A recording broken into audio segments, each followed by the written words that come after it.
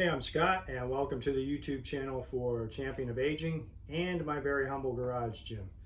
So today I want to talk about the topic of how many sets and reps is appropriate for building strength and muscle after 50. Now, I want to add a little caveat to that.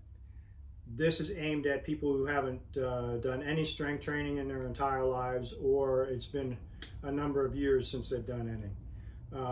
So if you've been engaged in strength training and you've been active with it and consistent and all that, and your focus becomes mainly building muscle, then that's a different topic. So today we're talking mainly about building strength and muscle for people who have not done any or much training in recent history. So to arrive at our conclusion as far as the number of reps, I want you to think about two ends of a spectrum, where you have the power lifter end of the spectrum and what they're trying to accomplish, and the opposite end of the spectrum, which might be what a bodybuilder or an endurance athlete is trying to accomplish. So in order to build strength, the body has to be exposed to intensity, i.e. heavy weight. Now, obviously, if you're very new to strength training, you're not going to start off lifting as heavy a weight as possible. You've got to learn the movements properly and start at consistent weight and then build up from there. But let's talk about the power lifter with that idea in mind, that the body has to be exposed to heavy weight. The power lifter's goal is to ultimately, say once a year or once every 6 months or so, be able to lift more weight than they've ever lifted before for one rep. So that's what they're training to do. Now, if you watch a competition of power lifters and they're lifting weight that might be a personal record, it typically takes them a few seconds or more to complete that rep. Or they'll get to the point where they can't move it any further. Say if they're doing an overhead press, they get it to a point where they know they're not going to get there, and that it might take them only a second to get to that level, and then they'll just drop the bar. But if they're really trying to grind out that rep, it might take them 5-7 seconds thereabouts. And then when they've completed that rep and they set the bar back down, it will take them several minutes before they recover enough to be able to even attempt to lift that weight again. So effectively that becomes a whole nother set. Now at the other end of the spectrum, just think about, let's say your goal is to do 25 push-ups. So you've been building up to doing 25 push-ups, and the day arrives where you are able to get that 25th push-up. Now, if you rested for, say, 5 or 10 seconds after you got that 25th rep, chances are you're going to be able to squeeze out another rep or two. So you're getting into the realm of muscle endurance and not so much muscle strength. And so the adaptation is a little bit different there. So what we want to do when it comes to training for strength and muscle is we want to find an appropriate number of reps that allows you to build strength, allows you to build muscle, and gives you a little bit of conditioning as well. So that general number, as it turns out, is about 5 reps. So if you start out doing a squat, per se. So you start off doing sets of 5, and we'll get into the number of sets here in a minute. You start off doing sets of 5 with the squat. Once the weight on the bar gets pretty heavy, you're going to notice that you're huffing and puffing. Your body is starting to adapt by growing some muscle. But after you've been doing that for a few weeks, there's virtually no soreness between workouts. Whereas if you're trying to build muscle in and of itself in a higher rep range, even if it will take you longer to recover from doing that many reps.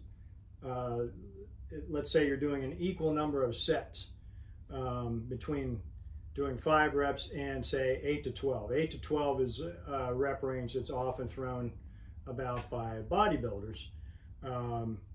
So if you do a set of 12 reps with the squat, and even if the weight is fairly light, and you do that set of 12 and do a couple of those sets, I guarantee your legs are going to be sore for a couple days, and you might not be very comfortable trying to do those squats again just 2 days later. So a typical strength training program where you're doing the 4 big movements, the squat, the deadlift, the bench press, and the overhead press, you'll go on a schedule of Monday, Wednesday, and Friday, and each of those days you typically will train a squat, whereas you might interchange those other exercises, particularly the bench press and the overhead press.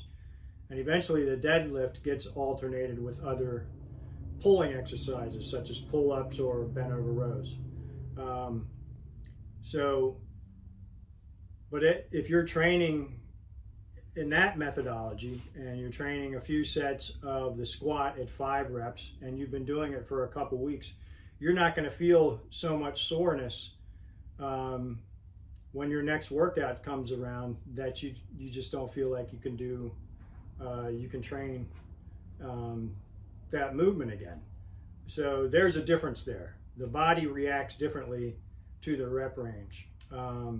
Generally speaking, it is suggested that you need to train at a higher rep range if you want to build a significant amount of muscle in your legs, because there's probably more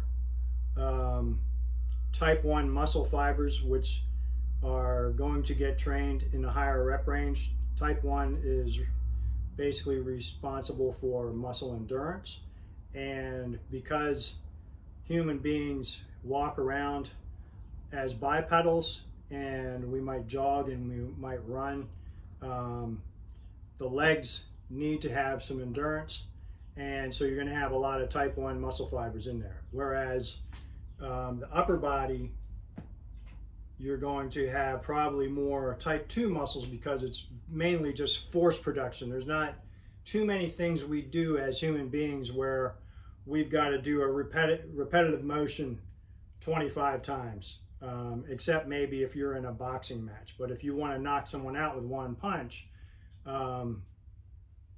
if you're in a street fight or whatever, you want that maximum force production to be able to produce a really hard punch. And so that's why you want that strength, and you'll have those probably more of those type 2 muscle fibers in your upper body, in your arms and whatnot, compared to your legs. Therefore, you don't need to train in such a high rep range to build as much muscle in your upper body and perhaps in your arms and stuff. So keep that thought going in mind. Okay, so how many sets? Generally speaking, a new strength trainee will train the big movements, the squat, the bench press, and the overhead press with 3 sets of 5. We don't need to do more than one working set of 5 with the deadlift, because it involves so many muscle groups and it creates more stress on the body, the central nervous system in particular, when the weight on the bar starts to get really heavy. We are able to eventually lift more weight with that exercise than any of the other exercises. So that creates a lot more stress, and therefore we don't need to train as many sets with that particular exercise. So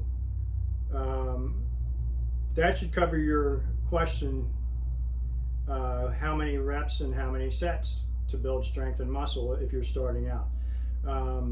Once you've trained for about 4 to 6 months then, and you've built up a good foundation of strength, and then you want to focus more on building muscle, then you can start training in a higher rep range, which I would recommend with more with the assistance exercises, say barbell curls, lat pull downs, any triceps, any exercise that focuses on the triceps,